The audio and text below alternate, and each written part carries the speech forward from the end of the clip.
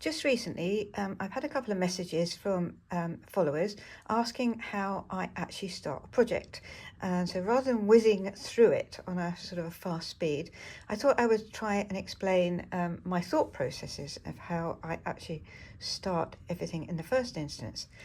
So this is the covers of the book that I'm actually working on, and I haven't really got that much in the way of ideas at the current time, but I need to start gathering some supplies.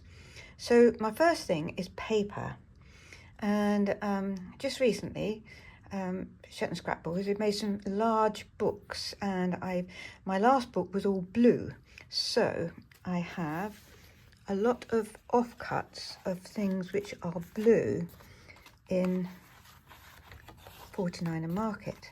Now some of these colours are a bit different. I have no idea whether they're actually going to go together when I start making the project, but I've got a little pack of bits and pieces that I can actually use. As I say, they might not be necessarily the right shade of blue, but it gives me a starting point. I like to sort of use up scraps if I can. There's always that decision, shall I cut into something new or shall I use up scraps? And I love these colours, and they were part of a very nice book that I've just made. So I think I want to continue using them.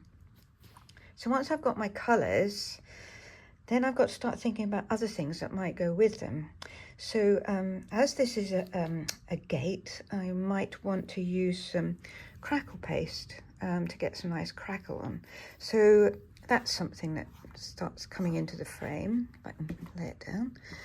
And then I would need some paints to be able to crackle the paste on. So looking through some PaperArtsy colours, Blue Moon looks as though it might match some of the papers, but there's also marbles as well. I don't want anything too dark at this stage.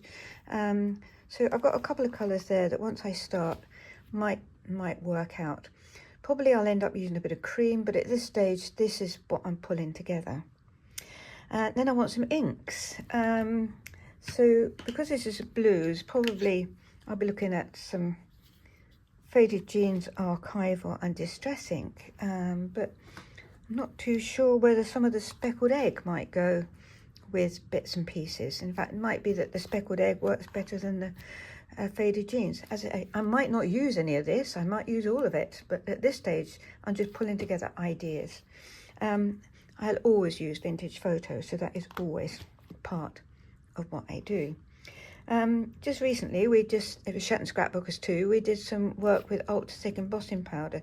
So I just thought, oh, I'll throw that into the mix because it's really nice to actually use some of that. Now I've got this great big jar of it. So that's my colours. What about embellishments? Well, the one thing about 49er Market is you get an awful lot of cut-offs and bits and pieces that you can use, and you don't always use any of them. Sometimes the blues are a bit too bright, sometimes things are a bit too big, not quite the right blue, but these are all things that I pulled together in colours, so at least I've got all the blues, and I might be able to use some of those, but you can see already that some of those are obviously not going to work. So then I want some neutrals. So there's always the lace, and I think I always go for cream lace rather than white lace. I just think that actually neutralizes everything really well. And I've gone through some of my dyed ribbons. I found some lightly dyed vintage brown.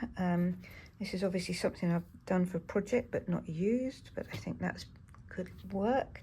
Some little scraps, that might be a little scrap of white I might use, and obviously some muslin, and that always is in the mix. There were a couple of bits of blue ribbon. I might be able to add those to a little tag. The picture is beginning to sort of fill, and I'm quite happy with that. There's always some pearl buttons, so they are always around, and then perhaps some twine. I don't know whether the white or the creamy colour or the more vintage will work, but until you start you actually don't know, so it's better to have all of this out. Perhaps a little bit of tape or something like that just to neutralize things, that helps. And then to flowers, well, there's always the blues, because I'm using blue paper. They might work, but there's also creams as well. So, you know, there's always something to neutralize colors and pull everything together. That might also work on a front page. So I think you can see that there's a group of things there that actually really work nicely together, except for this lot here. And so this needs picking away at and trying to find things that actually, you know, something lighter will work. Some of the colors, but not everything is actually going to physically work. And so I don't have to have everything out, but I can have some things out that might pull together. And perhaps that's another one. So I hope that helps you see how I pull some of the colours together. And actually looking at that lot on the table, I quite like the look of it. If I like the look of it, then I think I'm actually getting somewhere. Now, I might not use everything that's on the table. Might not use a whole lot of it, but it's there for me. It's like a little kit. It's there for me to actually work with.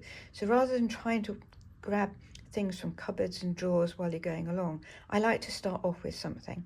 And then this will all be put in a little box, and will sit on my table, and I can grab things as and when I need them. So I hope that gives you some idea of how it all comes together. So after I'd put all this together, it suddenly occurred to me actually some stamps might be quite nice to use. So I had a good look through my stamps, and at the moment, one of the big flowers in Shetland Gardens that is coming out is, we call it blue bonnets, but it's actually a blue geranium, and they grow very, very freely here. And I had bought this stamp set from PaperArtsy last year, because although they're pink, Cosmos is also another one of my favourite flower, but it just reminded me that I could actually do this in blue to create the same colours as the blue bonnets in Shetland, and so that will probably come into play as well.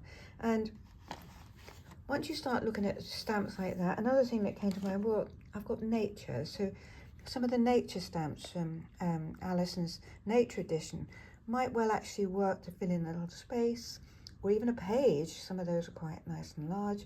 And so again, it's just something there that is actually ready to use as and when I need it.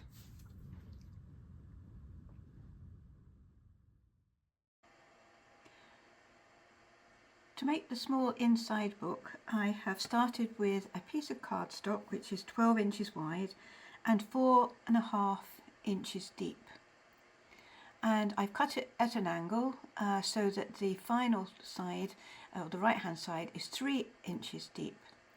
And then I've scored it at 4.5 inches, 4 3/4 inches, 9 1/4 inches and 9.5 inches to create the individual spines.